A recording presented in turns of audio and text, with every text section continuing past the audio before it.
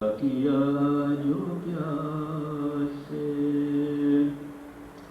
رو رو سکینہ کہتی تھی بابا کی خیر ہو رو رو سکینہ کہتی تھی بابا کی خیر ہو میں دیکھتی ہوں خواب میں خنجر تمام رات میں دیکھتی ہوں خواب میں خنجر تمام رات رویا کیا جو پیاسے اصغر تمام رات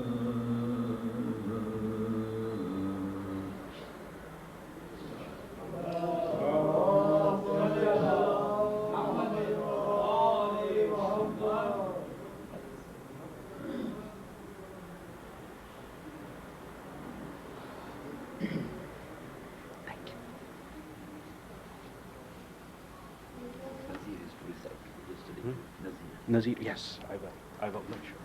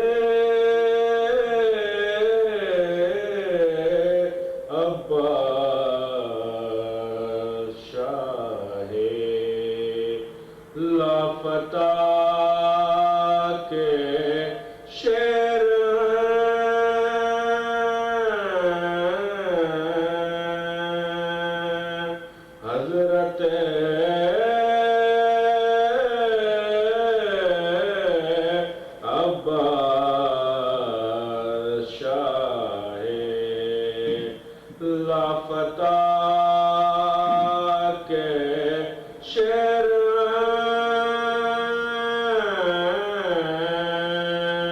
خیبر و خندق کے وہ یہ کربلا کے شیر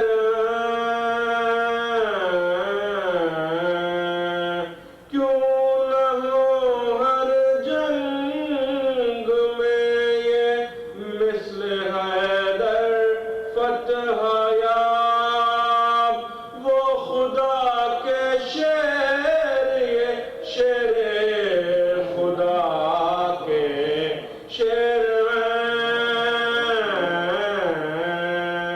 حضرت عباس شاہ لافتہ کے شیر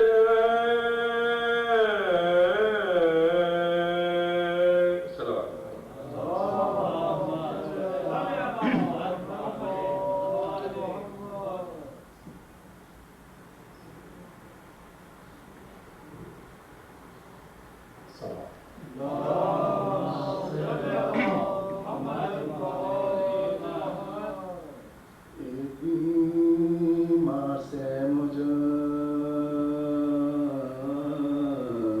سب گھر چھوٹا باپ ماں چھوٹے بہن چھوٹی برادر باپ ماں چھوٹے بہن چھوٹی برادر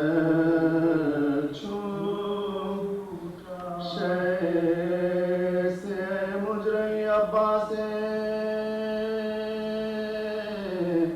دلاور چھوٹا پڑ گیا ان کے برادر سے برات پڑ گیا ان کے برادر سے برادر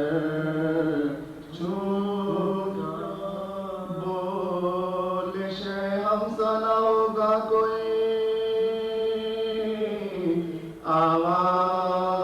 آوارہ وطن خبر نانا کی چھوٹی شہر چھوٹا گھر خبر نانا کی چھوٹی شہر چھوٹا گھر چھوٹا یاد بیٹے کی بھلا بولتی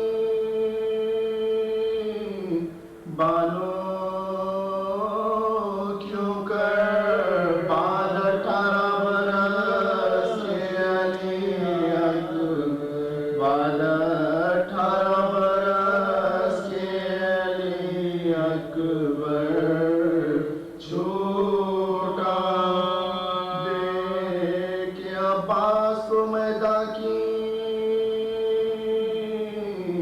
رضا نے کہا بعد مدت کے تیرا ساتھ برادر بعد مدت کے تیرا ساتھ برادر چھوٹا ایک بیمار سے مجھے سب گھر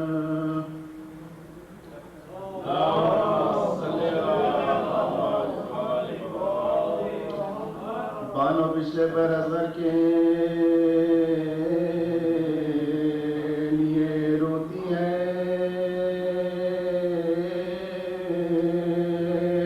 ایک وہ جاتی ہے خلق خدا سوتی ہے سر کو بھی پیٹتی ہے جان کو بھی کھوتی ہے یہ عجب غم ہے کہ تسکین نہیں ہوتی ہے یہ عجب غم ہے کہ تسکین نہیں ہوتی ہے پیتے پیتے بے ہوش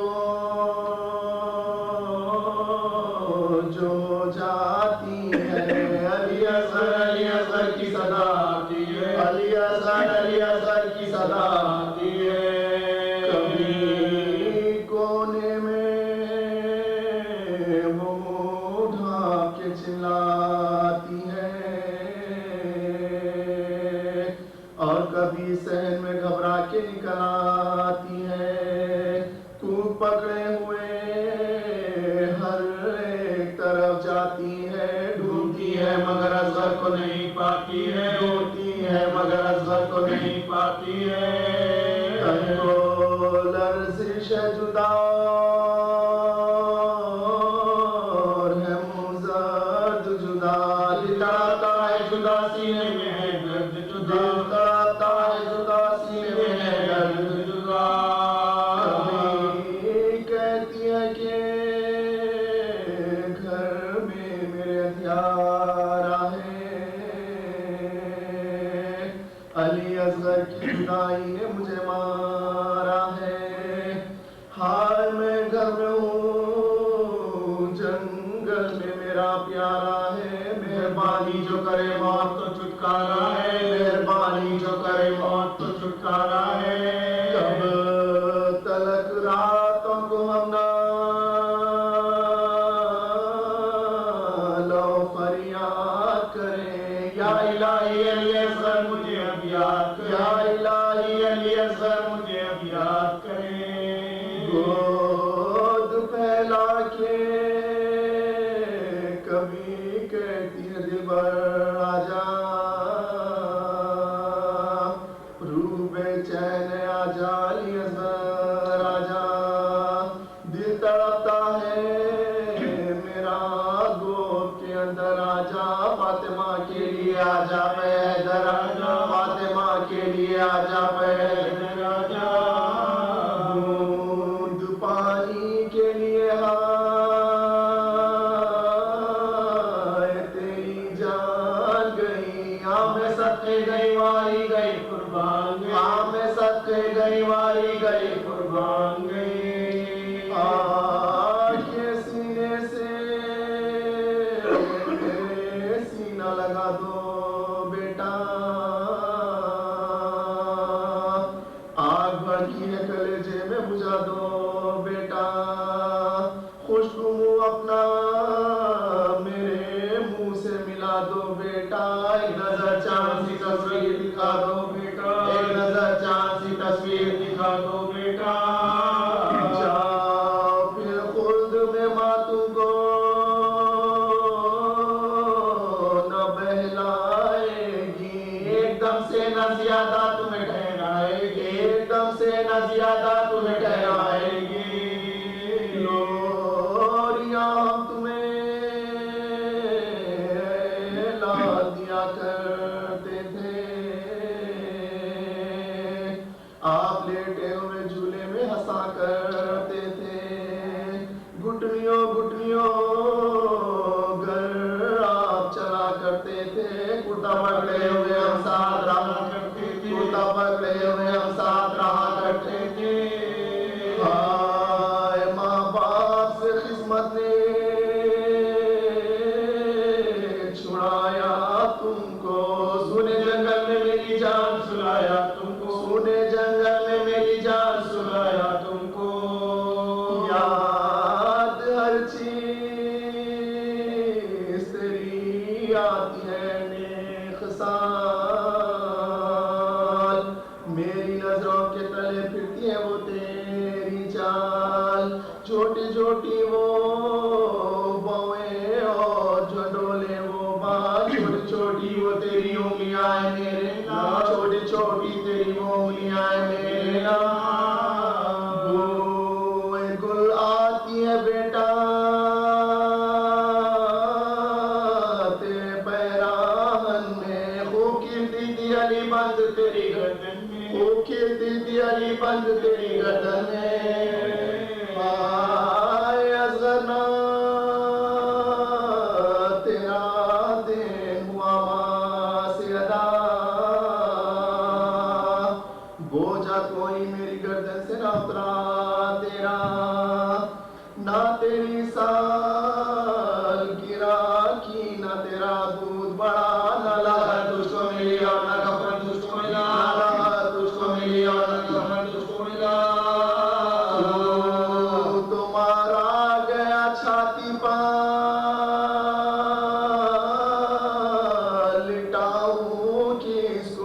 چھوٹے چھوٹے یہ شلوں کے میں بناؤں کس کو چھوٹے چھوٹے یہ شلوں کے میں بناؤں کس کو بہن کرتی تھی یہ سر پیٹ کے بالوں دکھیا آگے اس طرح سے راوی پرغم نے لکھا آئی ایک سمت سے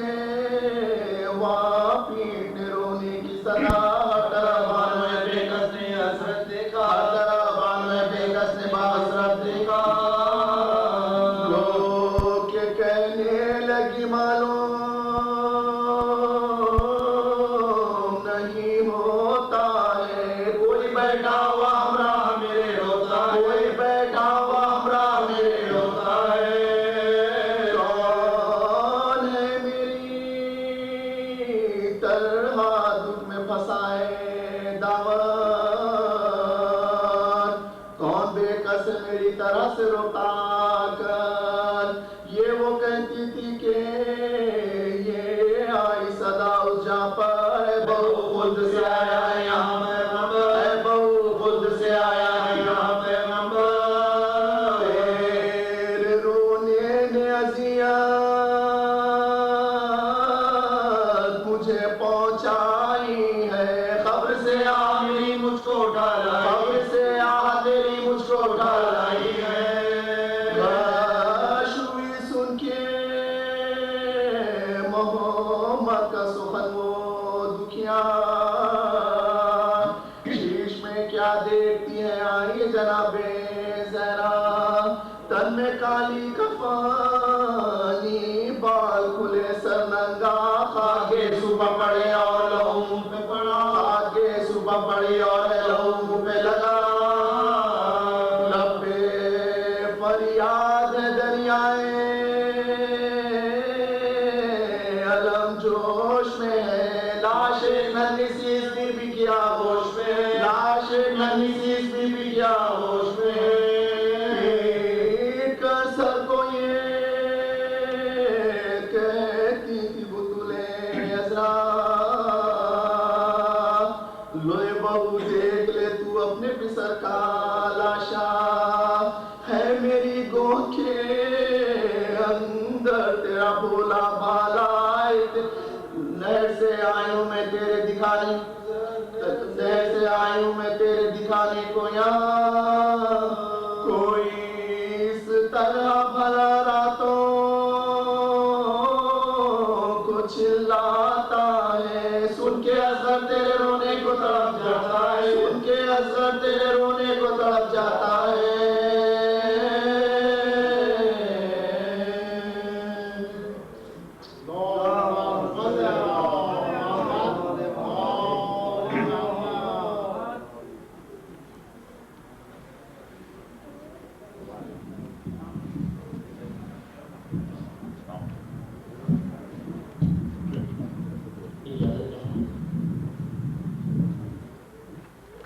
بآواز بلند کہ بر محمد و آل محمد صلوات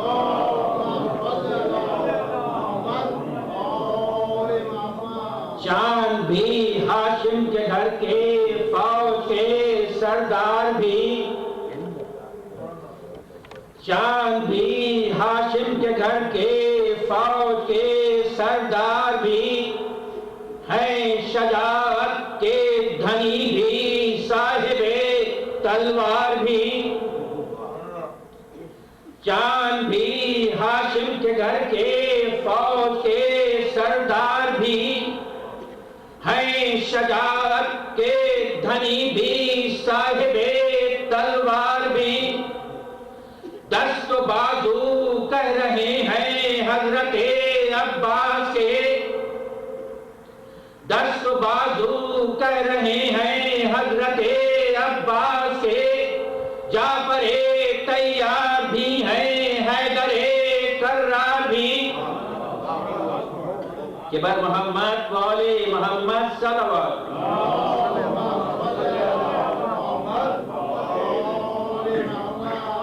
ہر قلم بندی تخیل کے گلے زنجیر ہے ہر قلم بندی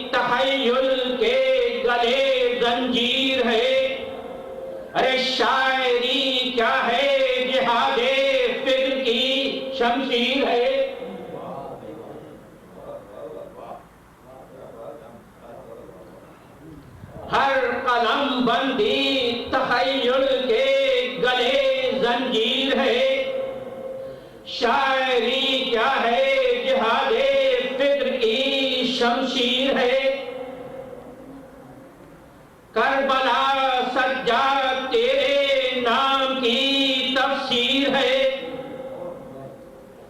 کربلا سجاد تیرے نام کی تفسیر ہے غمِ شبیر تازہ اور عالمگیر ہے کہ بر محمد والے محمد صلوات۔ وقت کو دیکھتے ہوئے کچھ مختصر کر رہا ہوں، 2 کارڈ کٹ کر رہا ہوں، یہ وقت کافی ہو چکا ہے۔ عامر جمنپوری صاحب کا کہتے ہیں کہ 2 مصرے ہیں۔ عباس رن میں آئے جب شمشیر کھینچ کر، عباس رن میں آئے جو شمشیر کھینچ کر، رتی علی کی حملوں کی تصویر کھینچ کر، اسی بحر میں میں نے اپنی کوشش کی ہے توجہ کا محتاج۔ اور عموماً شاعر جو ہوتے ہیں اسے ہونٹوں کو کمان سے تجویز دیتے ہیں، اسے کچھ تخیل توجہ کا محتاج ہے۔ لب اصغر کماں پہ تیر تبسم کو کھینچ کر، لب اصغر کماں پہ تیر تبسم کو کھینچ کر، للکارا عمر کو، عمر اتصال، للکارا عمر کو مرکز محکم پہ کھینچ کر، لب اصغر کماں پہ تیر تبسم کو کھینچ کر، للکارا عمر کو مرکز محکم پہ کھینچ کر، بینائی گئی کہ پے کرے پے ہم کو کھینچ کر، شبیر نے سمیٹا ہر ایک غم کو کھینچ کر، سنبھالے سبھی تھے تیغ و تبر تیر کھینچ کر،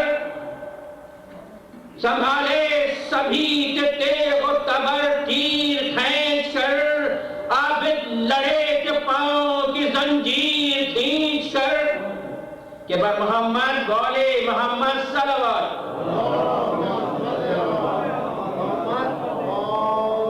پرساد و فاطمہ کو نذیر ہر غم کو کھینچ کر، پرساد و فاطمہ کو نذیر ہر غم کو کھینچ کر، ارے آنسو کے بدلے لائیں گی جنت کو کھینچ کر، کہ بر محمد بولے محمد صلوات۔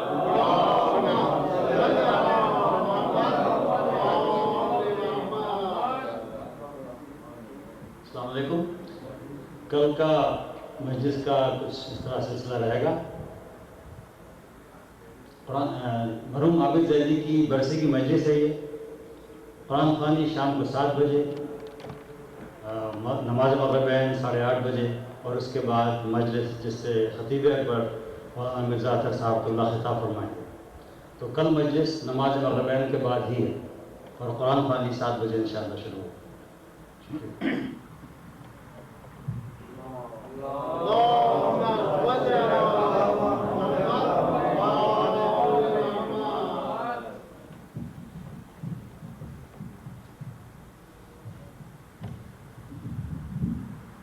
برائے ظہور امام زمان پر خلوص صلوات۔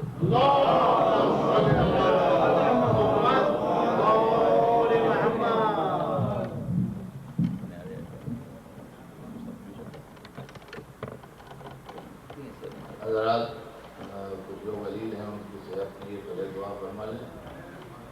جناب مولانا پیٹا صاحب کی بھی ابھی اتنا سال ہے، جو آپ سے دعا فرمائیں۔ جناب حسین عباس صاحب علیل ہیں، ان کے لیے دعا فرما دیں۔ جناب علی حسین صاحب محمد آبادی علیل ہیں، جناب قمر عباس صاحب کی اہلیہ علیل ہیں، اور بھی جو مومنات علیل ہیں، ان سب کے لیے دعا فرما دیں کہ سب سے پہلے محمد والے محمد علیہ السلام ہم سب کو شفایت حاصل کریں۔ فاتحہ۔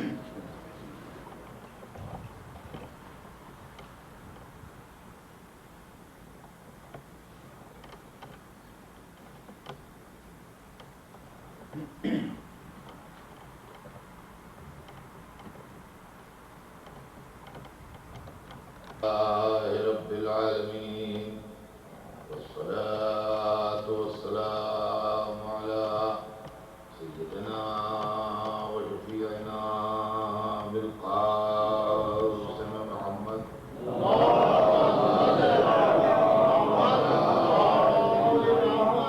المعصومين ولعنة الله على أعدائهم أجمعين من يومنا هذا إلى يوم الدين. أما بعد فقد قال رسول الله صلى الله عليه وآله وسلم فاطمة بضعة مني من آذاها فقد آذاني.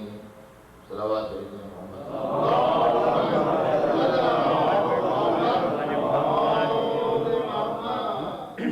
ارشاد اقدس سرور کائنات ہے کہ فاطمہ میرا ٹکڑا ہے، جس نے اس کو تکلیف پہنچائی اس نے مجھ کو تکلیف پہنچائی. عزیزان گرامی، میں نے کل آپ کی خدمت میں ایک سلسلہ بیان شروع کیا جس کا مقصد یہ تھا کہ حیات معصوم عالم کے کچھ ٹکڑے اور کچھ جھلکیاں آپ کی خدمت میں پیش کی جائیں. اور کل میں نے معصوم عالم کی بچپن کی زندگی جو مکے میں گزری ہے اس کے متعلق کچھ واقعات جو تھے آپ کی خدمت میں عرض کیے. یہ پاک و پاکیزہ اور نورانی زندگی جب حضور نے مکے سے مدینے کی طرف ہجرت فرمائی تو معصوم عالم بھی ہجرت فرما کے اپنے پدر بزرگوار کے ساتھ مکے سے مدینے تشریف لی. اور اب ایک دوسرا شہر تھا، دوسرا ماحول تھا، دوسرے لوگ تھے، اور یہاں انداز تبلیغ میں بھی حالات کی وجہ سے تبدیلی پیدا ہوئی. اور یہاں کچھ دن زندگی گزرنے کے بعد سب سے پہلا اہم واقعہ جو ملتا ہے مدنی زندگی کا وہ یہ ملتا ہے کہ اب ایک ایسی منزل آئی کہ جب معصوم عالم نے عمر کی اس منزل میں قدم رکھا کہ جب ان کی شادی کے پیغامات آنا شروع ہوئے. اور اب سرور کائنات کے گھر میں بیٹی کے رشتے آنے لگے. معصوم عالم کی شادی بھی تاریخ عالم و آدم کی ایک عجیب و غریب شادی ہے جو نمونہ بھی ہے، امت کے واسطے سبق بھی ہے، فضائل کا ایک فرق بھی ہے، ہر چیز اس کے اندر موجود ہے. اگر اس کو غور سے دیکھا جائے، اس کو سمجھا جائے کہ یہ کیا ہے معصوم عالم. سرور کائنات کے پاس لوگ پیغام لے کے آنے لگے. تاریخ کے اندر آپ دیکھ لیں کتابوں میں لکھا ہے کہ لوگ آتے تھے، طاقت والے لوگ، گروہ والے لوگ، جتھے والے لوگ، پیسے والے لوگ، مختلف قسم کے لوگ جو تھے وہ پیغام لے لے کے آتے ہیں. اور حضور سرور کائنات کا مسئلہ یہ ہے کہ ظاہر کے رسول ہیں، کسی سے نہ غلط بات کہہ سکتے ہیں نہ مصلحت والی بات کر سکتے ہیں. پھر صاحب خلق عظیم بھی ہیں، کسی کو جھڑک بھی نہیں سکتے، کسی کو ڈانٹ بھی نہیں سکتے. لہذا تاریخ لکھتی ہے کہ جو بھی پیغام لے کے آیا، ہر پیغام لانے والے کو رسول نے ایک ہی جواب دیا، اور وہ جواب یہ تھا کہ فاطمہ کی شادی کے سلسلے میں مجھے اختیار نہیں ہے، خدا کو اختیار ہے، جس کے ساتھ وہ چاہے گا ہو جائے. ہر ایک کو ایک ہی جواب دیا، دوسرا جواب کسی کو نہیں دیا، ایک ہی جواب. جو آیا اس نے یہی کہا کہ فاطمہ کی شادی کے سلسلے میں مجھے کوئی اختیار نہیں ہے، میرے بس میں کچھ نہیں ہے. فاطمہ کی شادی کا معاملہ، فاطمہ کی شادی کا اختیار اللہ کے پاس ہے. جس کے ساتھ اللہ مناسب سمجھے گا اس کے ساتھ عقد فاطمہ ہو جائے. اب میں عرض کروں گا کہ حضور آپ کے قول کو ماننا ہی ہمیں مسلمان بناتا ہے. اگر ہم آپ کے قول سے انکار کر دیں تو ہم مسلمان کہاں کہ دائرہ اسلام سے خارج ہو جائیں. تو آپ کی بات مانیں اور جو آپ فرما رہے ہیں اس کو صحیح سمجھیں. یہی ہمارے مسلمان ہونے کی پہچان ہے اور یہی ہمارے اسلام کی دلیل ہے کہ ہم آپ کی بات مانتے رہیں. لہذا جو آپ ارشاد فرمائیں گے وہ ہم مانیں گے. یہ تو ہمارا فرض ہے، ہماری ڈیوٹی ہے کہ جو آپ فرمائیں وہ ہم مانیں. تو آپ فرما رہے ہیں کہ آپ کو اختیار نہیں ہے، خدا کو اختیار ہے. ہم مان رہے ہیں دل و جان سے کہ بے شک آپ کو اختیار نہیں ہے، خدا کو اختیار ہے، مگر اپنے کانوں کو کیا کریں کہ یہ کان آپ کی زبان سے کسی مسئلے میں یہ سننے پر تیار ہی نہیں ہے کہ مجھے اختیار نہیں۔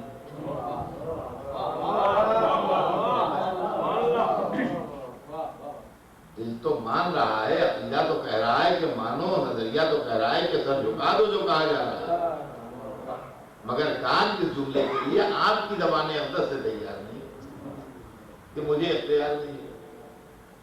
جس کو چاند کو دو کرنے کا اختیار ہو، سورج کو پلٹانے کا اختیار ہو، ستارے کو زمین پر بلا لینے کا اختیار ہو، انگریزوں کو کلمہ پڑھوا دینے کا اختیار ہو، درختوں کو تعظیم کے لیے جھکا دینے کا اختیار ہو، نالین سمیت قاب قوسین سے گزر جانے کا اختیار ہو، کائنات کی کنجیاں جس کو پروردگار نے عطا کر دی ہوں، وہ ایک معمولی معاملے میں جس میں ہر آدمی بولتا تھا،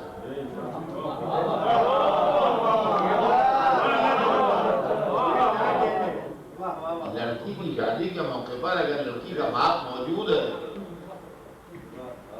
تو سب سے پہلا مشورہ، سب سے اہم مشورہ، سب سے مقدم بات اسی سے ہوتی ہے۔ بلکہ آپ نے تو اکثر یہ بھی دیکھا ہوگا، نکاحوں میں شرکت فرمائی ہوگی کہ اگر ایسی بیٹیوں کا نکاح جب ہوتا ہے جن کے والد وغیرہ موجود ہوتے ہیں تو علماء اکثر احتیاطاً ایک صیغے کا اضافہ کر دیتے ہیں، وکالتاً عنہا وعن ابیہا، یہ صیغہ آپ نے سنا ہوگا اکثر نکاحوں میں کہ وہ اور جو صیغے پڑھتے ہیں نکاح کے، اس کے اندر آخر میں ایک صیغہ یہ بھی پڑھ دیتے ہیں کہ وکالتاً عنہا وعن ابیہا، جس کا ترجمہ یہ ہے کہ اس کی طرف سے اور اس کے باپ کی طرف سے۔ اس کا مطلب یہ ہے کہ باپ کی اتنی اہمیت ہے کہ نکاح کے صیغے میں بھی اس کا نام آ جاتا ہے۔ اتنی اہمیت شریعت نے باپ کے مسئلے پر رکھی ہے کہ نکاح تو ٹھیک ہے بیٹی کی مرضی سے ہوتا ہے، اسی کی طرف سے وکالت دی جاتی ہے، مگر اس کے باوجود بھی محتاط علماء والد سے بھی پوچھ لیتے ہیں کہ آپ ان کا یہاں بسم اللہ پڑھ دیجیے۔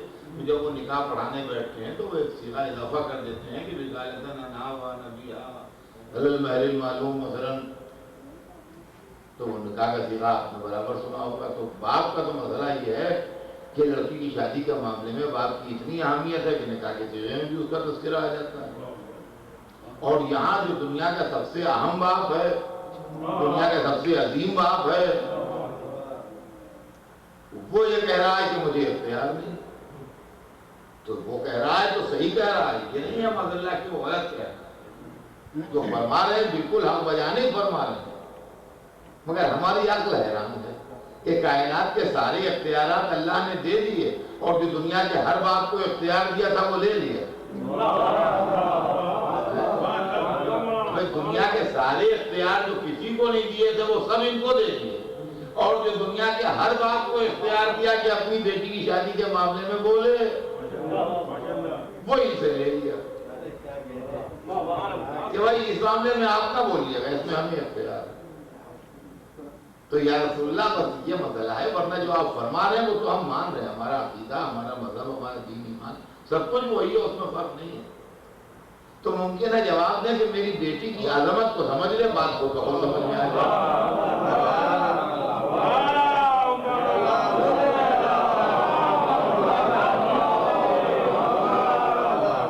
تجھے ساری پریشانی اس لیے ہو رہی ہے کہ تو ابھی تک عظمت فاطمہ کو سمجھا نہیں ہے، اس لیے تو گھبرا کے سوال کر رہا ہے کہ رسول اللہ آپ کو اختیار نہیں ہے، تو میری بیٹی کی عظمت کو سمجھ لے تو یہ پریشانی خود بخود دور ہو جائے گی۔ اگر میری بیٹی ایک عام مسلمان لڑکی ہوتی تو مجھے اختیار تھا، جس اچھے مسلمان کے ساتھ چاہتا میں شادی کر دیتا، مگر میری بیٹی معصومہ ہے اور معصومہ کی شادی غیر معصوم سے ہو نہیں سکتی، صرف معصوم سے ہوتی ہے۔ میں مسلمان بناتا ہوں، معصوم نہیں بناتا، معصوم اللہ بناتا ہے۔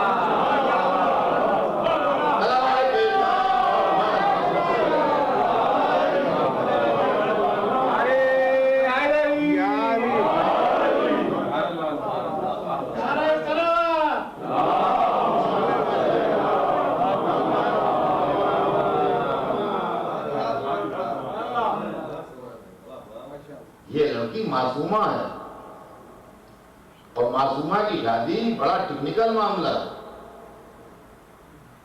معصومہ کی شادی آسان کام نہیں ہے. یہ کسی مسلمان لڑکی کی شادی نہیں ہے کہ جہاں جہاں مناسب دیکھا کر دیا. تاریخ میں اس سے پہلے ایک لڑکی معصومہ گزر چکی ہے اور وہ بغیر شادی کے رہ گئی. اس لیے کہ مسئلہ دیکھیے غور طلب ہے، اس کے اندر کیا ٹیکنیکل پوائنٹ کیا ہے یہ آپ سمجھ لیجئے کہ معصومہ کی شادی جس وقت پہلی معصومہ تاریخ میں گزری جناب مریم، تو ان کے زمانے میں کوئی معصوم ایسا نہیں تھا جس سے جناب مریم کا رشتہ ہو سکے. جناب مریم کے دور میں کوئی معصوم ایسا نہیں تھا جس سے جناب مریم کی شادی ہو سکے. اللہ نے مریم کو لباس عصمت پہنا کے بھیجا تھا. اب قدرت کے سامنے چند آپشن تھے، یا تو قانون عصمت ٹوٹے اور معصومہ کی شادی غیر معصوم سے ہو،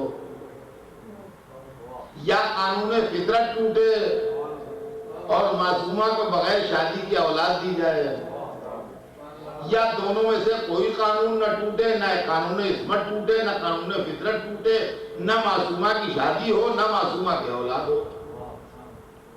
اب پوری زندگی جتنے اللہ نے مریم کو عطا کی ہے وہ بیت المقدس کی خدمت فرماتی رہیں، اور اس کے بعد جب وقت وفات آئے تو رحلت فرما جائیں.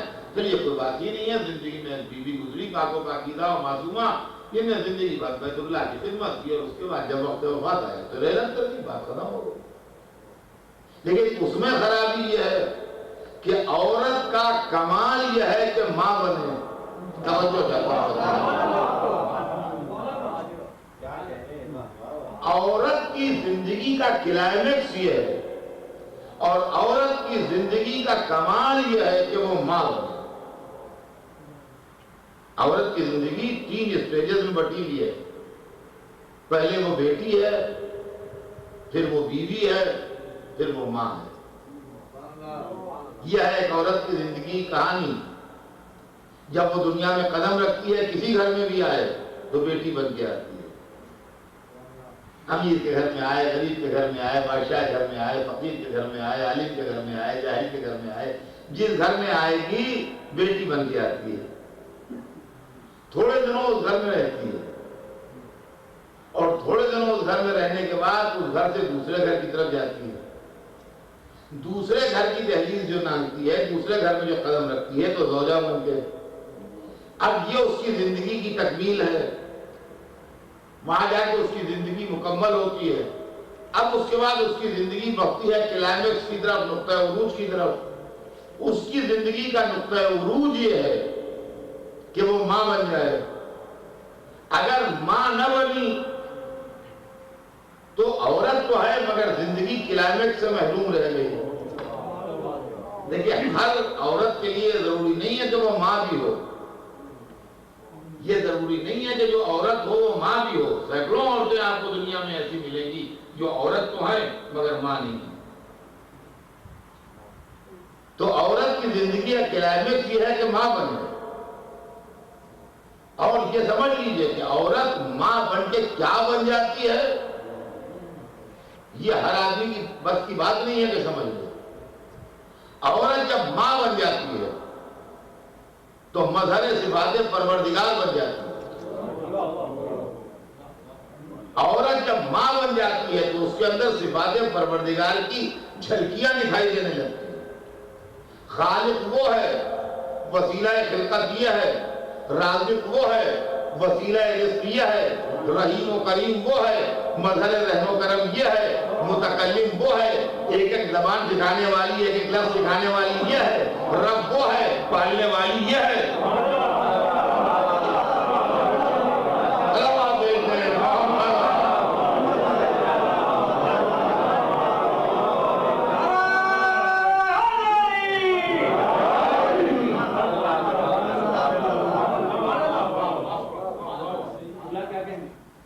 تو یہ کہ ماں بننا کیا ضروری ہے اور ماں بن کے کیا ہو جائے گی، نہیں، ماں بن کے لے جانے کیا ہو جائے گی وہ ہم آپ سوچ نہیں سکتے کیا ہو جائے گی. اب سمجھے آپ کیوں کہا جاتا ہے کہ ماں کے پاؤں کے نیچے جنت ہے. یہ ماں یہ ایک وجود تو ہوتا ہے. ماں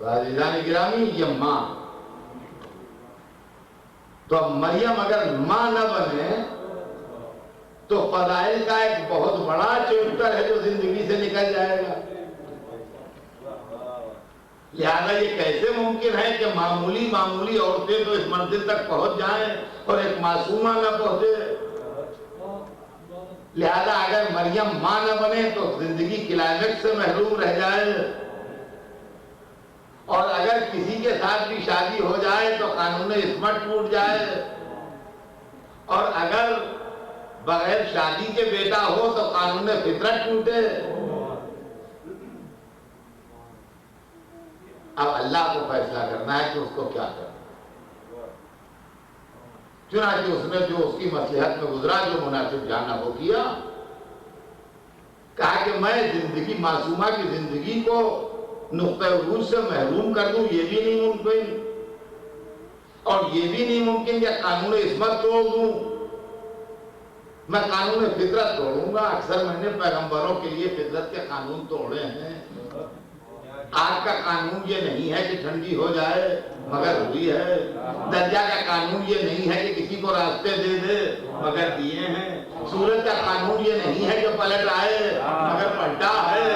تو مریم کے لیے کہے تو قانون فطرت نہ توڑا جائے، لہذا مریم کو بغیر شادی کے بیٹا تو ملا، مگر جب ایک قانون توڑا تو فوراً ہی دوسرا قانون بھی توڑا کہ مریم کا پیدا ہوا بیٹا بولا بھی، تاکہ دنیا میں یہ رسم بد نہ پڑے کہ بچے پیدا ہوتے رہیں اور عورتیں کہتی رہیں کہ یہ مریم و عیسیٰ کے اصول پر ہے۔ نہیں، جس کا بھی چاہے پیدا ہو جائے، مگر پیدا ہو کے ویسے ہی ماں کی پاک دامنی کی گواہی کی دے جیسے مریم کے بیٹے نے دی۔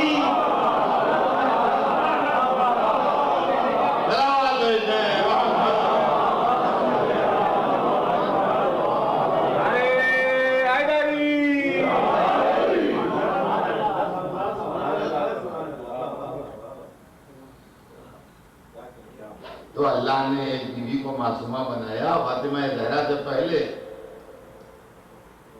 تو وہاں قانون فطرت توڑا گیا، اور قانون فطرت توڑ کے جناب مریم کو قدرت کاملہ سے اپنی اللہ نے بیٹا عنایت فرمایا بغیر شادی کے، اور فوراً دوبارہ قانون توڑا اور مریم کا پیدا ہوا بیٹا بولا، اور بول کے اس نے اپنے اور اپنی ماں کی عظمت کی گواہی دی، تاکہ دنیا کے دل میں شک و شبہ جو ہے وہ کوئی باقی نہ رہے۔ لیکن جب رسول کو بیٹی عطا کی تو اللہ نے پہلے سے یہ انتظام کیا کہ نہ قانون فطرت ٹوٹے نہ قانون عصمت ٹوٹے۔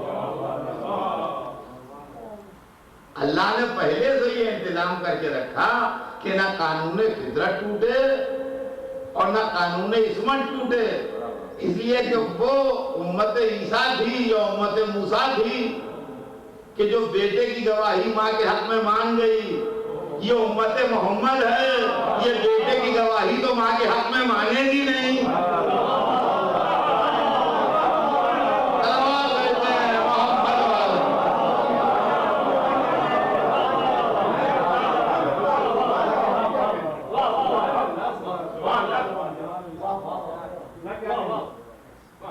لہذا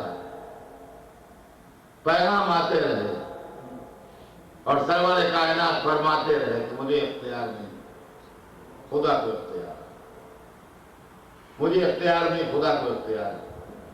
یہاں تک کہ تاریخ بتاتی ہے کہ وہ منزل آئی کہ مولا علی بیت الشرف سے چلے اسی نیت سے، فاطمہ زہرا کی خاصگاری کی،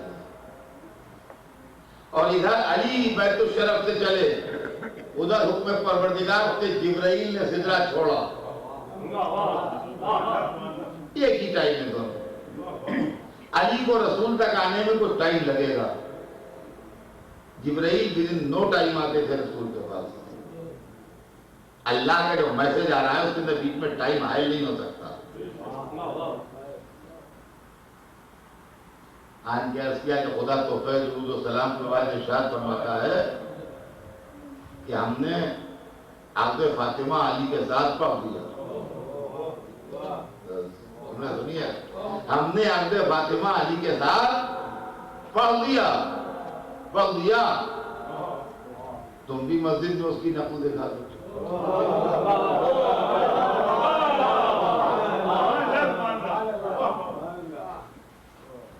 جبرائیل نے آ کے کیا خدمت رسول میں کہ اللہ فرما رہا ہے کہ ہم نے عقد فاطمہ علی کے ساتھ پڑھ دیا. صلوات بھیجو.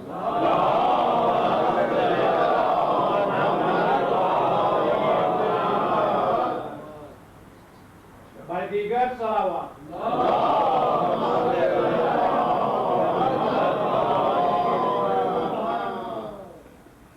تو ارشاد ہوا کہ اللہ ارشاد فرما رہا ہے, جبرائیل نے عرض کیا کہ اللہ ارشاد فرماتا ہے کہ ہم نے عقد فاطمہ علی کے ساتھ پڑھ دیا. تم بھی مسجد میں اس کی نقل دو. یہاں دوسرا سوال پیدا ہوتا ہے, ٹھیک ہے اس وقت جو رسول نے فرمایا تھا اس پر بھی ہمیں ایمان لانا ہے, اور جو اللہ نے فرمایا اس پر بھی ایمان لانا ہے. پڑھ دیا مگر معبود حیرت ہے کیسے پڑھ دیا. میں نے لڑکی سے پوچھا, میں لڑکے سے پوچھا, پڑھ دیا. کیا بھی نکاح پڑھے جاتے ہیں, ہم لوگ دیکھے ہیں نکاح ہوتے ہوئے. تو لڑکے سے پوچھا جاتا ہے, لڑکی سے پوچھا جاتا ہے, دونوں طرح سے وکالت کی جاتی ہے. جب دونوں اپنی مرضی دیتے ہیں تب نکاح پڑھا جاتا ہے. اور تو نے لڑکے سے پوچھا, میں لڑکی سے پوچھا, نکاح پڑھ دیا. کیسے پڑھ دیا؟ تو ممکن ہے جواب آئے تمیز سے سوچ. میں وکیل نکاح تھوڑی ہوں جو پوچھ کے پڑھاؤں گا, خالق ہوں. میں نے دونوں کو خلق کیا ہے. یہاں وکالت نہیں ہے کہ جو پوچھا جائے. کیا ہم نے پڑھ دیا, تم بھی مسجد میں نقل دکھا دو. چنانچہ عزیزان گرامی, رسول نے بھی فاطمہ زہرا کا مولا علی سے پڑھا. تو اب یہ سمجھ لیجئے کہ علی و فاطمہ کا ایک نکاح 2 دفعہ پڑھا گیا. دنیا کی تمام شادیوں میں اور مولا علی اور جناب سیدہ کی شادی میں فرق یہ ہے کہ دنیا میں ہر آدمی کا نکاح 1 دفعہ پڑھا جاتا ہے. ایک نکاح 1 دفعہ پڑھا گیا, ختم ہو گیا, زندگی بھر کی سلطہ ہو گئی. تو انبیاء ہوں, اوصیاء ہوں, خاصان خدا ہوں یا عام پبلک ہو, ہر ایک کا نکاح 1 دفعہ پڑھا گیا. بس نکاح پڑھ دیا گیا, ہو گیا نکاح. مگر علی و فاطمہ کا نکاح تو ایک ہی ہوا, مگر پڑھا گیا 2 دفعہ. اللہ نے الگ پڑھا, رسول نے الگ پڑھا. اچھا, رسول نے مسجد میں پڑھا تو سینکڑوں نکاح عقل کہتی ہے کہ رسول اللہ نے مسجد میں علی و فاطمہ کے نکاح سے پہلے پڑھا. جو شادیاں مولا علی و جناب سیدہ سے پہلے ہوئی ہیں وہ رسول اللہ نے پہلے نکاح پڑھائے ہوں گے, اور سینکڑوں ہزاروں نکاح علی و فاطمہ کے نکاح کے بعد پڑھائے ہوں گے. جو شادیاں ان کے بعد ہوئی ہیں ان کے بعد پڑھائے ہوں گے نکاح. تو مسجد میں تو نکاح ایسے ہوا کہ جیسے اور لوگوں کے بھی نکاح ہوئے ویسے علی و فاطمہ کا بھی نکاح ہوا. اور عرش کے اوپر ایک ہی نکاح ہوا, نہ اس کے پہلے کوئی نکاح ہوا نہ اس کے بعد کوئی نکاح ہوا. تو علی و فاطمہ کے نکاح میں خوبی اور خصوصیت یہ ہے کہ ایک ہی نکاح تھا مگر پڑھا گیا 2 بار. تو آپ مجھے کہنے دیجئے کہ ایک تو عقد عام پڑھا گیا, جیسے سب کا نکاح پڑھا جاتا ہے ویسے مولا علی و جناب سیدہ کا نکاح بھی پڑھ دیا گیا, جو رسول اللہ نے پڑھا دیا مسجد میں. اور رسول اللہ نے اس کے پہلے بھی مسجد میں نکاح پڑھا ہے, اور اس کے بعد بھی مسجد میں نکاح پڑھا ہے. بہت سے مسلمانوں یہ بھی پڑھا دیا. اور ایک عقد خاص ہوا جو اللہ نے پڑھایا, جو نہ اس کے پہلے کسی کا پڑھایا نہ اس کے بعد آج تک کسی کا پڑھایا. تو دنیا میں ہر ایک کا نکاح ہوا 1, اور علی و فاطمہ کے نکاح ہوئے 2. عقد خاص بھی ہوا اور عقد عام بھی ہوا. تو دنیا میں ہر ایک کی نسل چلتی ہے ایک طرح, علی و فاطمہ کی نسل چلی 2 طرح. علی و فاطمہ کی نسل چلی 2 طرح, نسل خاص بھی چلی, نسل عام بھی چلی. نسل عام میں وہ سادات ہیں جو ساری دنیا میں پھیلے ہوئے ہیں. نسل خاص میں وہ امام ہے جس میں دادا کا علم بھی اسی طرح آج تک محفوظ ہے, دادی کی عصمت بھی آج تک وہ چل رہا ہے.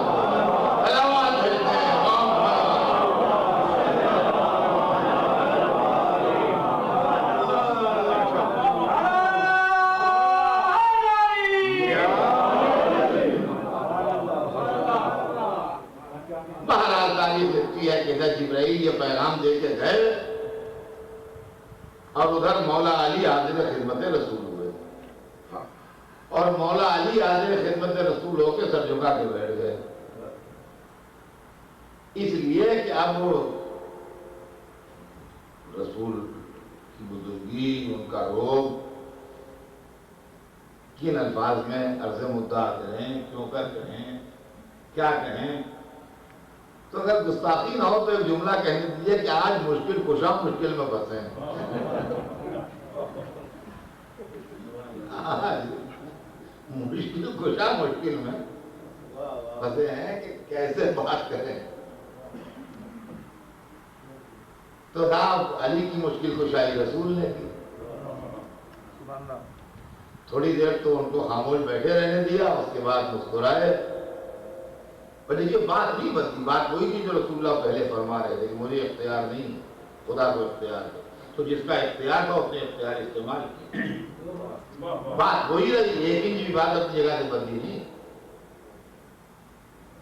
مسکرائے اور فرمایا یا علی جس لیے آئے ہو مجھے معلوم، تم اس وقت جس لیے آئے ہو مجھے معلوم ہے، تمہارا رشتہ اللہ نے منظور کر لیا، تمہارا رشتہ اللہ نے منظور کر لیا۔ اب عزیزان گرامی یہ خالی شادی نہیں ہے، یہ اسلام کے مقدر کا فیصلہ ہے۔ ہم اس کو دوسرے اینگل سے دیکھتے ہیں، آپ بھی سوچ لیجئے، چاہے تو اس اینگل سے غور کیجئے۔ ہمارے ایک دوست تھے، بیچارے ذرا کم لوگوں سے ملتے جلتے تھے، تعلقات ان کے سوشل تعلقات ان کے کم تھے، نہایت نیک، نہایت شریف، نہایت خاندانی آدمی تھے، مگر ذرا لیے دیے رہتے تھے، اس کی وجہ سے تعلقات کم تھے۔ ان کو اللہ نے بیٹی دی، بیٹی ان کی شادی کے لائق ہوئی۔ ہمارے بڑے مخلص اور پرانے اور قدیمی دوست تھے۔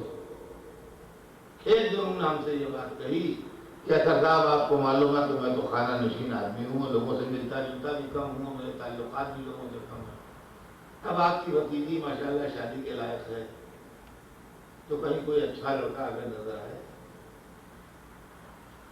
اور رشتہ ہو کہ ہمارے خاندان کے، ہمارے گھرانے کے لائق ہو، قاعدے کوئی لڑکا ہو، تو کوئی بھی ہے کہ یہاں شادی ہو جائے۔ یہ ایک ایسی چیز ہے جس میں سے آپ میں سے بہت سے گزر چکے ہوں گے۔ اکثر لوگ دوستوں سے کہتے ہیں، عزیزوں سے کہتے ہیں، یہ مسئلہ درپیش ہوتا ہے زندگی میں، یہ کوئی نیا مسئلہ نہیں ہے۔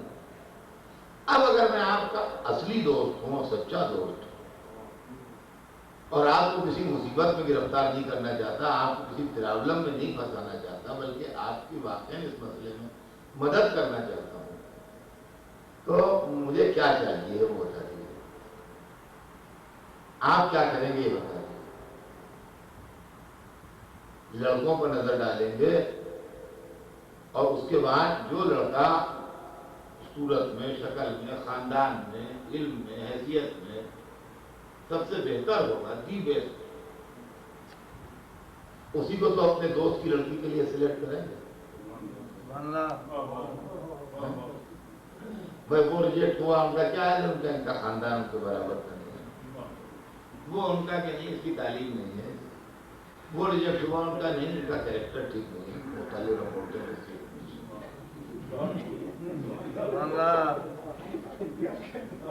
تو اب دل کیا چاہتا ہے کہ ہمارا دوست زندگی بھر ہم سے یہ کہے کہ حضرت صاحب ہم آپ کا شکریہ نہیں ادا کر سکتے، بڑا ہیرا لڑکا آپ نے دلا دیا۔ بس یہی تو آدمی چاہتا تو یہی ہے، اب ہو نہ ہو بات الگ ہے۔ کچھ معاملے ایسے ہیں کہ ساری تحقیق کے بعد بھی تحقیق نہیں ہو پاتی، کچھ معاملے ایسے ہیں کہ ساری تحقیق کر لی مگر اس کے بعد بھی معاملہ گڑبڑ ہو گیا۔ ان کا حضرت صاحب بہت اچھا لڑکا، ہر چیز ٹھیک ہے، ذرا سے میں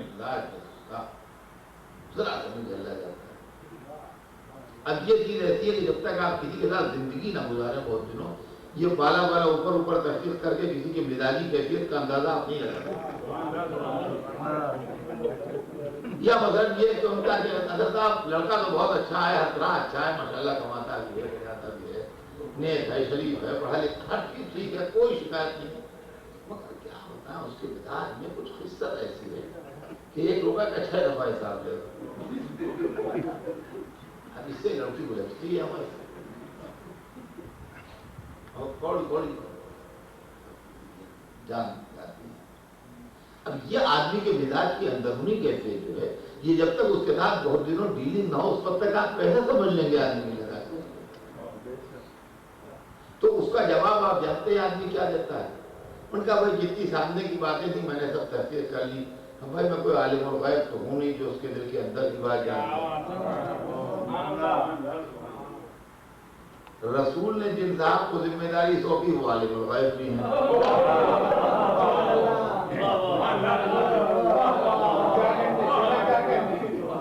بھائی ہم آپ تو یہ کہہ کے جان بچا لیں گے کہ جناب ہم عالم الغیب نہیں. ان کا لڑکا ہر طرح تو بچہ وہ شکی بہت ہے، کہیں بات کسی سے کرتے دیکھا، کہیں کس کا ٹیلیفون ہے، کون ہے، ہر وقت شک میں مبتلا رہتا ہے. تو اب یہ سب کیفیتیں لیکن مزاج کی اندرونی کیفیتیں ہیں زندگی کے اندر کہ جس کو آپ دیکھنے سے یا خاندان سے یا تعلیم سے یا اس کے کماؤ ہونے سے اس سب معاملوں کا کوئی تعلق نہیں ہے. یہ بالکل اندرونی مزاجی کیفیتیں ہیں. تو اس وقت یہی کہتے ہیں کہ ہم عالم الغیب تو ہیں. کہاں ظاہر ہے آپ کو، لیکن رسول اللہ نے جن کو ذمہ داری ڈالی وہ عالم الغیب. لہذا کل کو کوئی بات ہو جائے تو وہ یہ نہیں کہہ سکتے کہ ہم عالم الغیب تو تھے نہیں. اب آپ ہی تو عالم الغیب ہیں. تو حضور ذرا اس مسئلے کو ٹھنڈے دل سے سوچ لیجیے. اگر عالم اسلام سوچ لے تو سمجھیے ساری مشکلیں یہیں پہل ہیں. اس لیے کہ جناب سیدہ کے اور پیغام بھی آئے. اگر نہ آتے پیغام، صرف ایک مولا علی پیغام لاتے اور انہی کے ساتھ شادی ہو جاتی تو یہ ہوتا کہ ایک ہی پیغام آیا اور اس کا پیغام آیا اور رشتے داری پہلے سے بھی تھی وہاں کر دی گئی. وہاں یہ ہوا کہ پیغام آئے اور رسول کہتے رہے کہ اللہ کو اختیار ہے. تو جب کئی اپلیکیشنیں آئیں اور اللہ نے ایک کو سلیکٹ کیا تو دی بیسٹ کو سلیکٹ کیا ہوگا نا. تو اب افضلیت کی بحث بعد رسول نہ کیجیے کہ افضل کون ہے. وقت اندر سیدہ طے ہو گیا کہ افضل کون ہے. سلامات بھیجیں.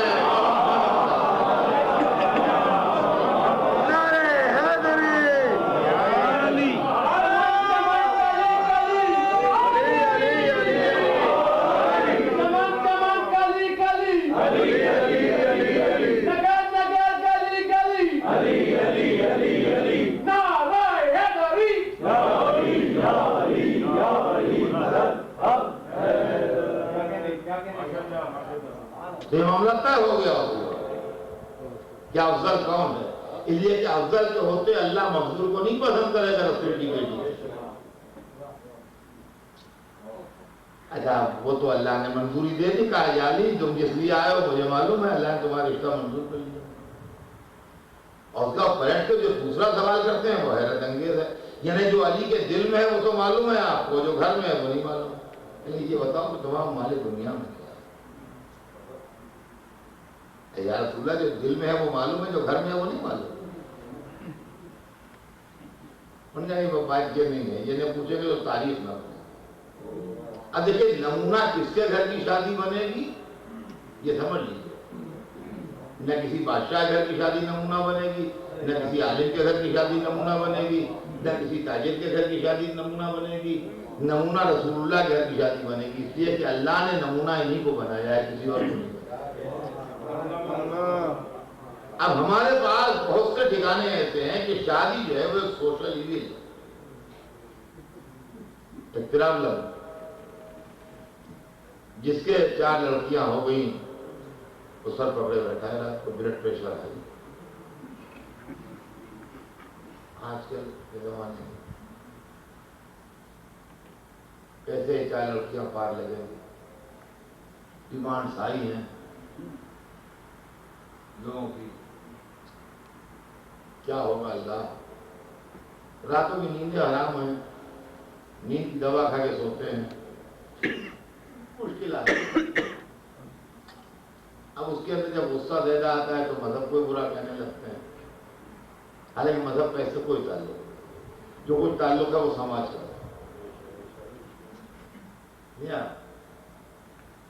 اور لڑکے کا باپ آرام سے اینڈ رہا ہے، سو رہا ہے، جب وہ زیادہ بنواتا ہے تو مکان بنواتا ہے، فرنیچر لاتے ہی نہیں۔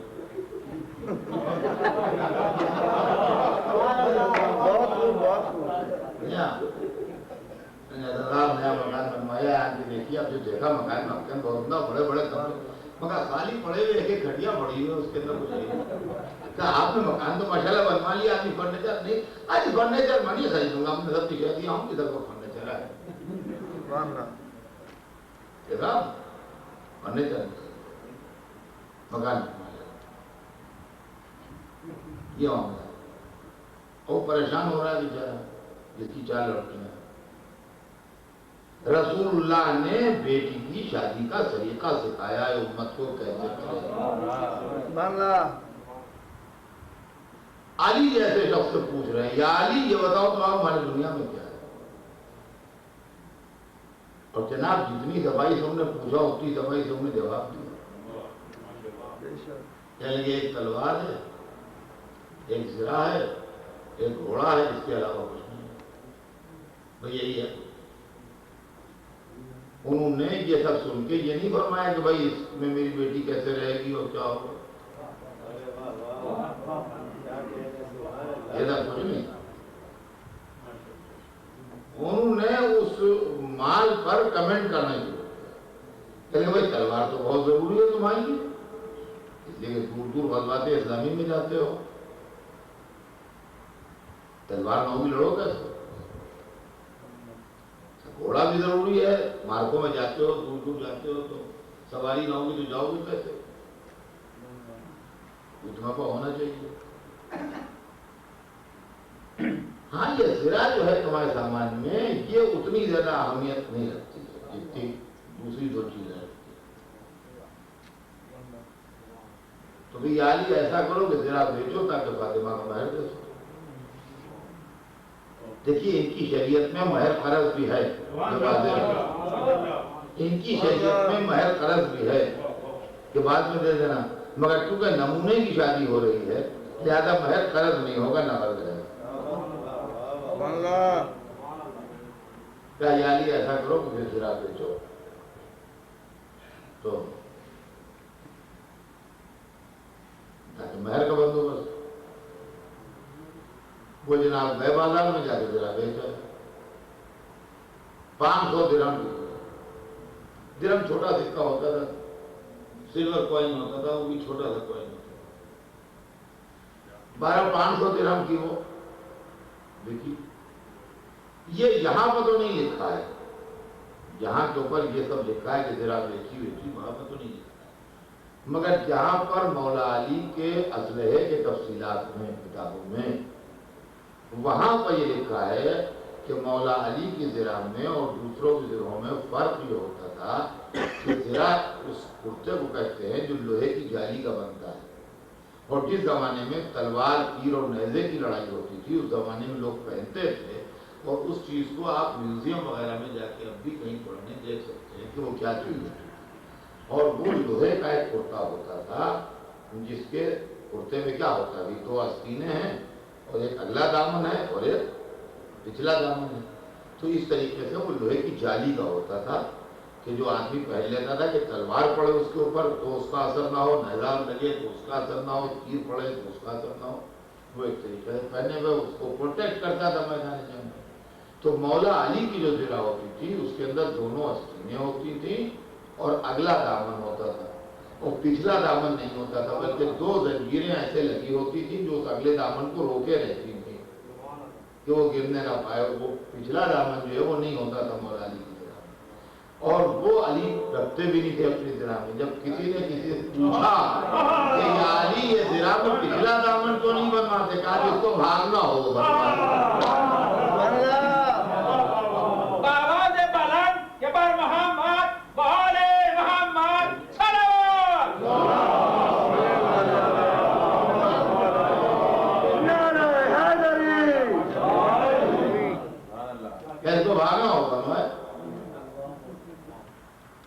تو اب ظاہر ہے کہ وہ عام زروں کے حساب سے قیمت میں کم بکی ہوگی، اس لیے کہ جس نے بھی لی ہوگی اس کا پچھلا دامن الگ سے لگوایا ہوگا اس نے، تب اس کے استعمال کے قابل ہوگی،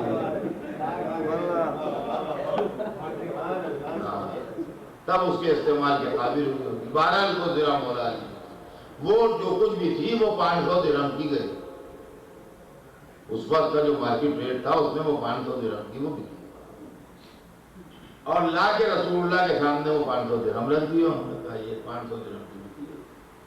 انہوں نے یہ نہیں کہا کہ یہ کم ہے یا زیادہ ہے، کوئی کمنٹ اس پر نہیں کیا، فرمایا بھائی یہی مہر فاطمہ ہے۔ اور اس کے بعد مٹھی مٹھی پر اٹھا کے جو لوگ بیٹھے ہوئے تھے حاضر تھے صحابہ کرام، ان کو بانٹنا شروع کیا، کہا تم کپڑا لے آؤ، تم بستر لے آؤ، تم زندگی کا اور کچھ سامان لے آؤ، جو جو چیزیں تھیں وہ رسول اللہ نے بتا دی، اور وہ لوگ جا کے لے آئے، اور اس حساب سے لائے کہ نہ کوئی پیسہ بچا کے لائے نہ کسی کی جیب پہ لگا، وہ جتنے 500 درہم ہی کے اندر وہ سب پورا سودا جو تھا وہ 500 درہم میں آ گیا۔ نہ تاریخ میں نے یہ پڑھا کہ رسول اللہ نے 150 درہم اپنی جیب سے دیے ہوں کہ بھئی اتنا زیادہ آ گیا ہے یہ رکھ لو، اور نہ یہ ہوا کہ صحابی نے 10-5 درہم بچا کے دیے ہوں کہ یہ بچ گئے ہیں، اتنا سامان آیا اور یہ 5 درہم بچے ہیں، نہ بچے اور نہ لگے، جتنا جتنا پیسہ دیا گیا تھا اتنے اتنے پیسے کا سب سامان آ گیا۔ اور مہر فاطمی تو آپ نے سنا ہے، جہیز فاطمی کی تفصیل کتابوں میں ہے، اس کو آپ پڑھ لیجئے، اور وہ جہیز اس حساب سے آیا تھا کہ ایک فیملی کم از کم معیار کے اوپر اپنی زندگی اسٹارٹ کر سکے، اور ایک فیملی کو اپنی زندگی شروع کرنے کے لیے بنیادی طور سے گھر میں جس سامان کی ضرورت پڑتی ہے وہ تمام سامان جو تھا وہ کم قیمت اور معمولی قسم کا صحیح، لیکن یہ کہ وہ برتن چاندی اور سونے اور چینی اور تانبے کے نہ صحیح، مٹی کے صحیح، لیکن یہ کہ ایک فیملی کو کھانے کے لیے، پکانے کے لیے، رہنے کے لیے جن چیزوں کی ضرورت پڑتی ہے بنیادی، جو اس زمانے کی زندگی کے بنیادی ضروریات تھے، وہ تمام چیزیں جو تھیں وہ اس کے اندر موجود تھیں۔ اب سرور کائنات نے یہ دنیا کو سبق دیا کہ دیکھو تعلیم یہ ہے کہ مہر لو اور مہر لے کے وہی رقم جہیز کی شکل میں واپس کرو۔ اگر سرور کائنات کی اس تعلیم کے اوپر عمل ہوتا تو لڑکی کا باپ پریشان نہ ہوتا، لڑکے کا باپ پریشان ہوتا۔ جس کے 4 لڑکے ہوتے بلڈ پریشر اس کا ہائی ہوتا، وہ یہ سوچتا کہ بھائی لڑکے کام سے لگیں تاکہ ان مہر جمع کریں اور مہر دیا جائے تاکہ ان کی بیویاں آئیں، ورنہ جب تک مہر نہیں دیا جائے گا آئے گی کہاں سے دلہن اس کی۔ وہ لڑکوں سے کہتا کہ بیٹا کام کرو، پڑھو لکھو، کاروبار کرو، کچھ کرو تاکہ پیسے ہو تمہارے پاس، تاکہ تمہاری شادی ہو، تمہارا بیاہ ہو، تمہاری بیوی آئے۔ تو سماج میں بیکار لڑکے نہ ہوتے، جہیز کے بل پر بیاہی جانے والی لڑکیاں نہ ہوتی۔ یہ ہے مسئلہ، جو اسلامی شادی جو ہے وہ یہ ہے کہ جس کے اندر بیٹی کی باپ کا جیب کا ایک پیسہ خرچ ہوئے بغیر عزت آبرو سے بیٹی اپنے شوہر کے گھر جائے۔ سرور کائنات نے بڑے سادے انداز میں معصوم عالم کی شادی کی حکم خدا سے، اور حضرت فاطمہ علی کے ساتھ پڑھ دیا سب نے مسجد میں، جو حکم خدا آیا تھا اس کی نقل مسجد میں دکھا دی، حضور نے مولا علی کا نکاح جناب سیدہ کے ساتھ پڑھ دیا۔ اور عزیزان گرامی، بتوجہ چاہتا ہوں، ارباب بلا کا مجمع ہے کہ ایک جملہ ارشاد فرمایا،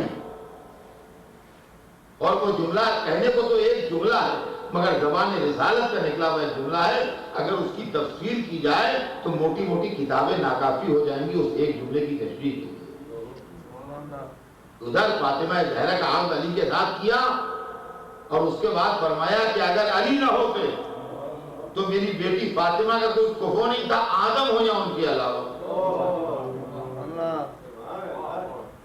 اگر علی نہ ہوتے تو میری بیٹی فاطمہ کا کوئی کفو نہیں تھا، آدم ہو یا ان کے علاوہ۔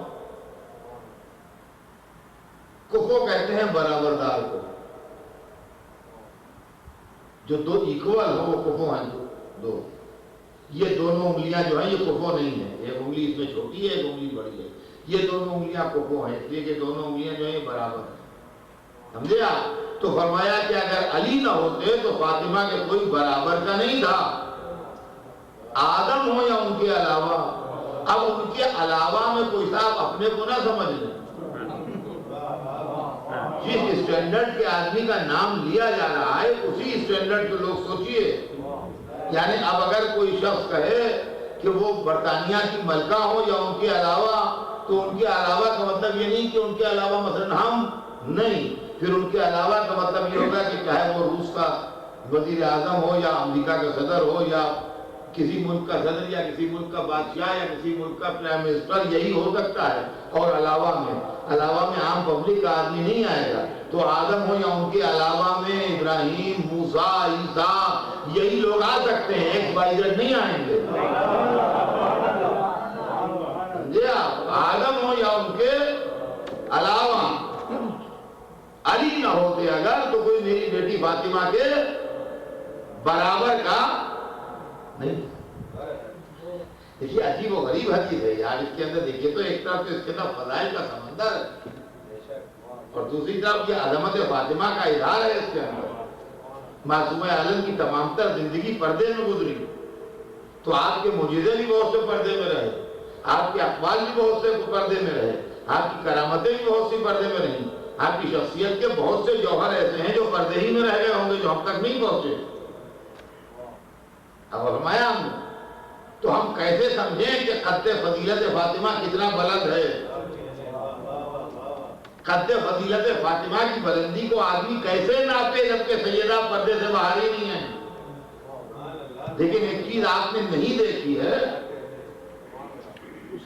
اور وہ لکھنؤ میں ہے حال مثلا، اور آپ میں سے لوگ لکھنؤ گئے نہیں ہیں بہت سے.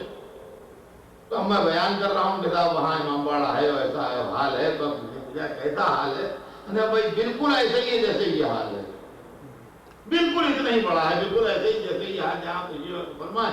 میں اتنا ہی بڑا حال اس امام باڑے کا جس کا میں تذکرہ کر رہا ہوں. تو بھلے آپ نے لکھنؤ تو نہیں گئے اور وہ امام باڑہ تو نہیں دیکھا جس کا میں تذکرہ کر رہا ہوں، مگر اندازہ تو ہو گیا جب میں نے کہہ دیا بالکل اتنا ہی بڑا ہے ایک دم جیسے یہ امام باڑے کا حال ہے. تو اب اس سے اندازہ ہو گیا آپ کو کہ وہ امام باڑہ جو لکھنؤ میں ہے وہ کیسا ہوگا. بس سیدہ کو دنیا نے دیکھا نہیں، علی کو دیکھا. تو رسول نے قد فضیلت فاطمہ بتایا ہے علی کے حساب سے کہ علی کو دیکھ لو، فاطمہ کو سمجھ لو. کہ اگر علی نہ ہوتے تو میری بیٹی فاطمہ کے کوئی برابر کا نہیں تھا. کم زیادہ کا سوال نہیں ہے، یہ توجہ چاہتا ہوں، کم زیادہ کا سوال نہیں ہے. میری بیٹی فاطمہ کے کوئی برابر کا نہیں تھا. عزیزان گرامی، اب علی کے فضیلت قد فضیلت کو دیکھ لیجیے، اس لیے کہ علی کو تو سب نے دیکھا ہے، لہذا وہاں تو کوئی مشکل نہیں ہے.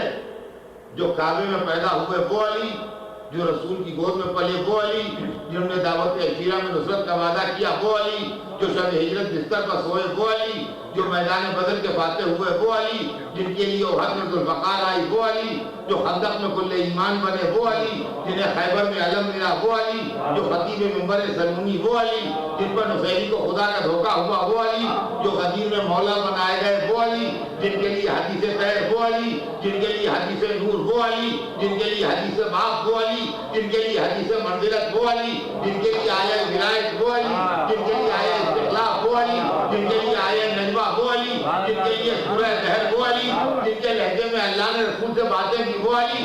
جب فضائل کی اتنی منزلیں طے کر لیتے ہیں تو فاطمہ کے برابر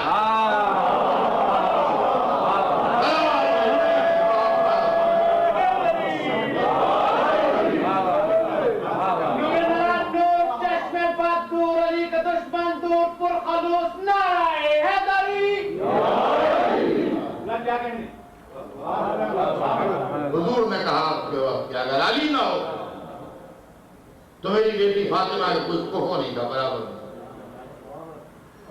عزیزان گرامی، آج تو وقت تمام ہوا، بات بھی تمام ہے.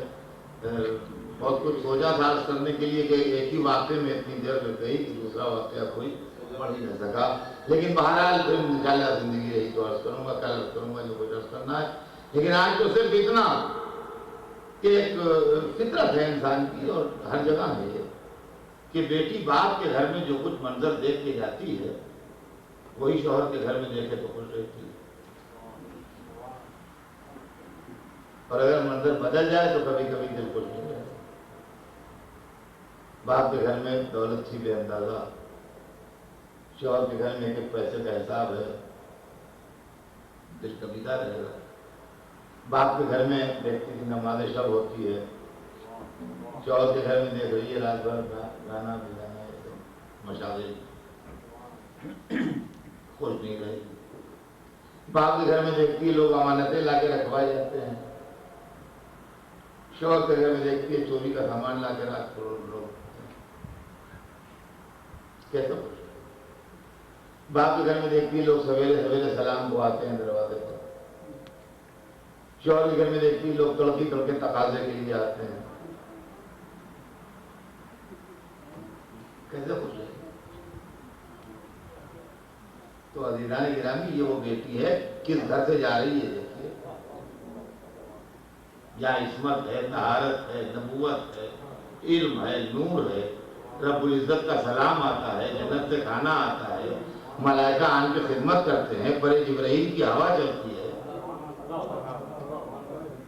راتوں کے سجدے ہیں، دنوں کے روزے ہیں، اس ماحول کی پلی ہوئی لڑکی ہے۔ اسی لیے اللہ رسول نے اللہ کو چھوڑ دیا تھا۔ اب نگاہ انتخاب پروردگار نے دیکھا تو ایک ہی گھر ملا کہ اگر علم یہاں ہے تو وہاں بھی ہے، اگر نور یہاں ہے تو وہاں بھی ہے، اگر عصمت یہاں ہے تو وہاں بھی ہے، اگر ملائکہ کی آمد و رفت یہاں ہے تو وہاں بھی ہے، اگر دنوں کے روزے یہاں ہے تو وہاں بھی ہے، اگر راتوں کے سجدے یہاں ہے تو وہاں بھی ہے۔ کیا رسول کی بیٹی اسی گھر میں خوش رہے گی؟ لیکن فطری بات ہے کہ جو چیزیں بیٹی گھر سے دیکھ کے جاتی ہے اپنے، ویسے ہی کچھ مناظر سسرال میں بھی دیکھنا چاہتی ہے۔ یہ بیٹی وہ ہے جو گھر سے دیکھ کے جا رہی ہے کہ باپ کو ہے کہ اگر اشارہ کر دیتا ہے تو چاند دو ہو جاتا ہے، خود جبھی رہے گی جب شوہر ایسا ملے کہ اگر اشارہ کرے تو سورج بن جائے۔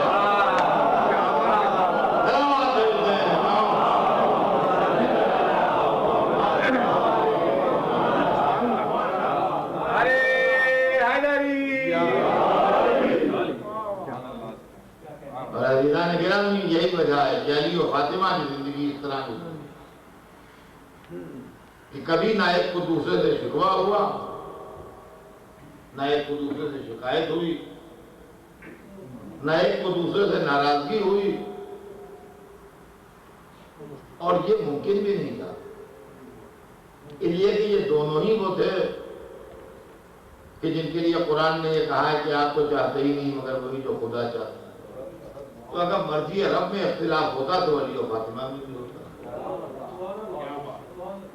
اگر مرضی رب ایک وقت میں دو باتیں چاہ رہی ہوتی الگ الگ تو علی و فاطمہ کے لیے سوچا جا سکتا تھا کہ ایک وقت میں ان کا خیال کچھ اور ان کا خیال کچھ، اور تمام زندگی اس طرح گزری کہ کبھی معصوم عالم نے کوئی مولا علی سے فرمائش۔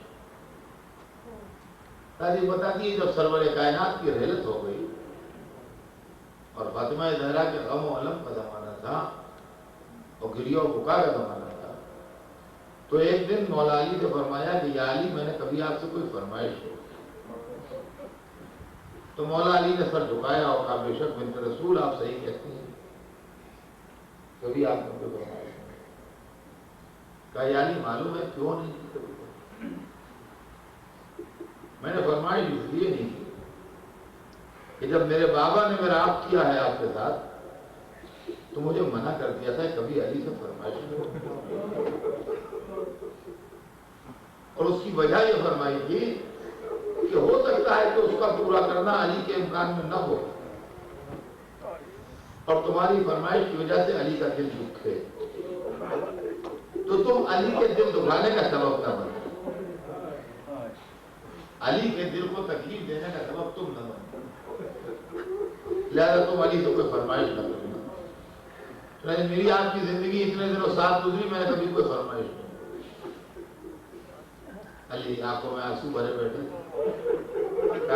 آپ صحیح کہتی ہیں تو پھر رسول بالکل صحیح کہتی ہیں، کہا مگر یا علی آج میری ایک فرمائش ہوئی اور وہ بھی اس لیے فرمائش کر رہی ہوں کہ مجھے یقین ہے کہ اس کا پورا کرنا آپ کے بس میں ہے، اگر اس کا یقین نہ ہوتا تو میں آج بھی یہ فرمائش نہ کرتا، لیکن چونکہ مجھے یقین ہے کہ اس کا پورا کرنا آپ کے بس میں ہے، لہذا میرے باپ کا وہ حکم لاگو نہیں ہوتا اس کے اوپر جو ہو سکتا ہے کہ بس میں پورا کرنا نہ ہو تو علی کو دو. اس کا پورا کرنا آپ کے بس میں ہے، اس کا مجھے یقین ہے. اس لیے میں آپ سے کہہ رہا ہوں، مولا علی نے کہا کہ رسول آپ بیان فرمائیں. کہا یا علی، میرے بابا کو جس پیرہن میں آپ نے غسل دیا وہ پیرہن آپ کے پاس ہے، اگر آپ نے مجھ سے چھپا کے کہیں رکھ دیا، میں چاہتی ہوں تھوڑی دیر کے لیے وہ پیرہن مجھے دے. رسول کی مظلومہ بیٹی کی پہلی اور آخری فرمائش تھی. علی کیسے رد کر دیتے؟ خاموشی سے سر جھکائے جو اٹھے اور جہاں پہ وہ پیرہن رکھوایا تھا یا رکھا تھا وہاں پہ وہ پیرہن لے کے آئے اور رسول اللہ کی صاحبزادی کو وہ پیرہن پیش کیے. تاریخ بتاتی ہے سیدہ نے دونوں ہاتھ بڑھا کے اپنے بابا کا پیرہن لیا، اپنے باپ کے جسم کی خوشبو سونگھی، پیرہن کو کلیجے سے لگایا اور گریہ فرمانا شروع کیا. میں کہوں گا شہزادی، پیرہن میں خون کے دھبے تو نہیں تھے، پیرہن تلواروں سے ٹکڑے ٹکڑے تو نہیں تھا، ایک بیوی پیرہن تیروں سے چھلنی تو نہیں تھا. ایک میری شہزادی اگر تسلی دینا ہے تو کربلا میں ایک 4 برس کی یتیمہ شاد سلیمہ کے اندھیرے میں اپنے باپ کو تلاش کر رہی ہے کہ میرے بابا کدھر گئے. ایک تشریف سے آواز آ رہی ہے نہیں آئی، ایک بیٹا ادھر چلیا. بچی ایک میت سے جا کے لپٹ جاتی ہے جو تلواروں سے ٹکڑے ہے، جو تیروں سے چھلنی ہے. فاطمہ زہرا کو تسلی دینے کے لیے علی موجود ہے، گھر میں بیویاں موجود تھی جو تسلی دے رہی تھی. اے سیدہ جنت سے آئیے، 4 برس کی یتیمہ رات کے اندھیرے میں باپ کے ٹکڑے ٹکڑے لا کے دیکھتی ہے، بیان کر رہی ہے کوئی تسلی.